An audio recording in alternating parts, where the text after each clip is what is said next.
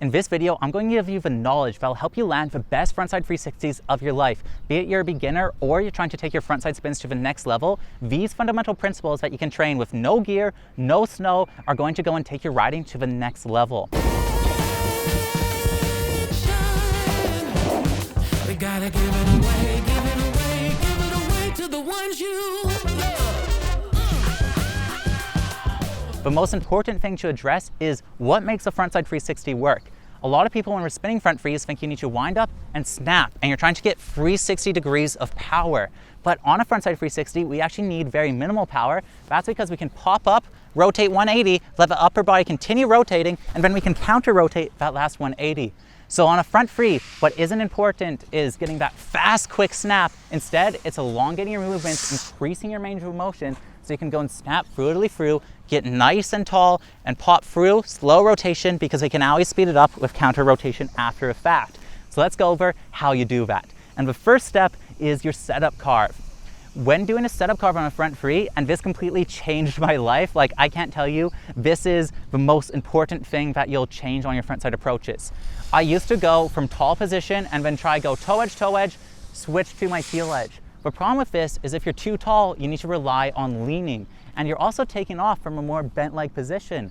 This makes it so you're going from a lean position to a down low stack position. We can make our setup carve so much smoother and so much more consistent by getting on that toe edge really early and preemptively entering a toe edge position that's very similar to the heel edge. This makes it so instead of going from toe edge to heel edge, what's going to be unstable, instead we're already in that position and we just need to shift our hips back. See that? I can just shift my hips back and then I can go and pop up while staying over my board. A massive tip for this is we're not trying to rotate up and over our heels. On a frontside spin, we're actually trying to make it as similar to hard way as possible. So you're doing your normal toe to heel side carve, but we're trying to keep our weight as set over the toes as possible so we can get as much up and down straight momentum, what's going to make the trick way easier. When doing this, it's really important to just get used to riding in this stack position, getting comfortable, and practicing shifting your hips back. So here is toe edge pressure, here is heel edge pressure. And then once you do that, this is the next part that messes people up. Only after we get on our heel edge, then we want to close our shoulders. And we're not doing this exaggerated. You don't want to be pulling your shoulder all the way closed, compromising yourself.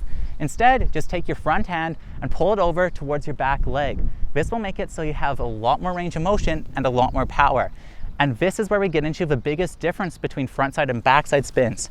Backside, you start with your arms, go to your chest, go through your core, through your hips, finishing. On frontside, it's reversed. You want to go, start with your hips, go with your core, continue with your chest, finish with the arms. So I want you to go and practice this motion.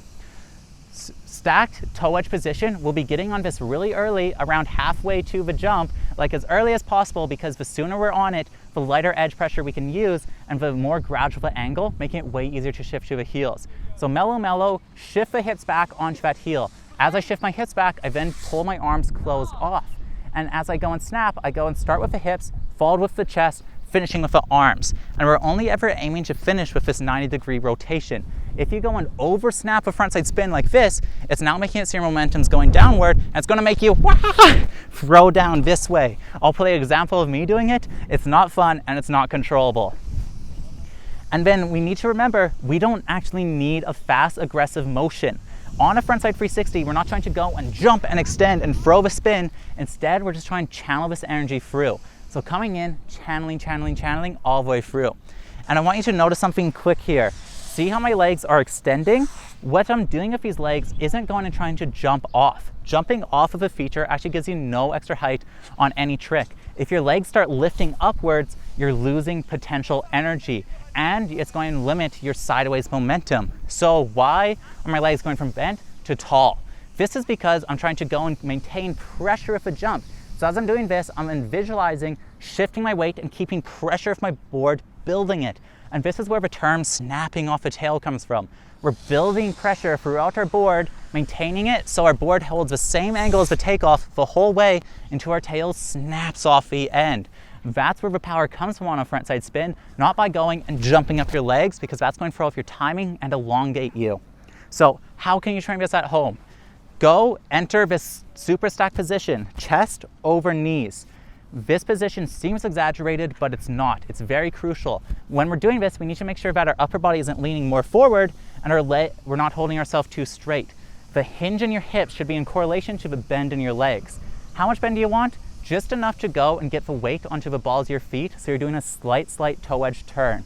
From there, once we go through with a spoon of a jump, we shift slightly flat base and then to our heels. And as we get on our heels, we go and wind our arms back up. And then to practice the throw, we want to delay this, because if you do it too soon, you're going pre-spin. So delay it a little bit, probably longer than you think, and then rotate with those hips, rotate with the chest, followed with the upper body, finishing this 90 stance. The full training will look like this. Toe edge, heel edge, snap, rotate, rotate, leading with his head, counter rotation. And this brings us into the last thing we'll talk about, and that is the constant spot. This means I'm picking a spot in front of me, and instead of trying to rotate my head around to the landing like this, what has me spotting over my shoulder, that will mess everything up. Instead, I'm letting the natural rotation go and lead me. So my eyes are here, rotating, rotating, rotating, spotting that whole point the whole way. See how my body is rotating around that spot? So spotting here, and my head stays completely stationary, following. This has two really important parts. First, it's going to keep you balanced and make it so you can see the whole way. But also, as you travel over the knuckle, and that's what we're simulating here, the knuckle of the jump, you'll be landing with your vision facing uphill. We need to land with our vision facing uphill because we have sideways momentum, so this lets us lock in our toes and then disperse that rotational energy. Every single time you land a frontside spin, you need to landing, looking back uphill, looking at the knuckle of the jump. And when we're doing this head position, it's the same as backside. We're not throwing our neck, we're not hyperextending it. Instead, shoulders squared, lats activated, nice and connected. Keep your arms a little bit further away from the body. Close in arms, bad for power, bad for control. And as we're throwing, we're rotating our chest, keeping our eyes here, chin slightly pointed down. That's going to let us spot right at that knuckle. If you go and rotate too much, your spot's going to be here, and it's impossible to do the constant spot. Why it's so important to increase your motion and make sure that your timing's right.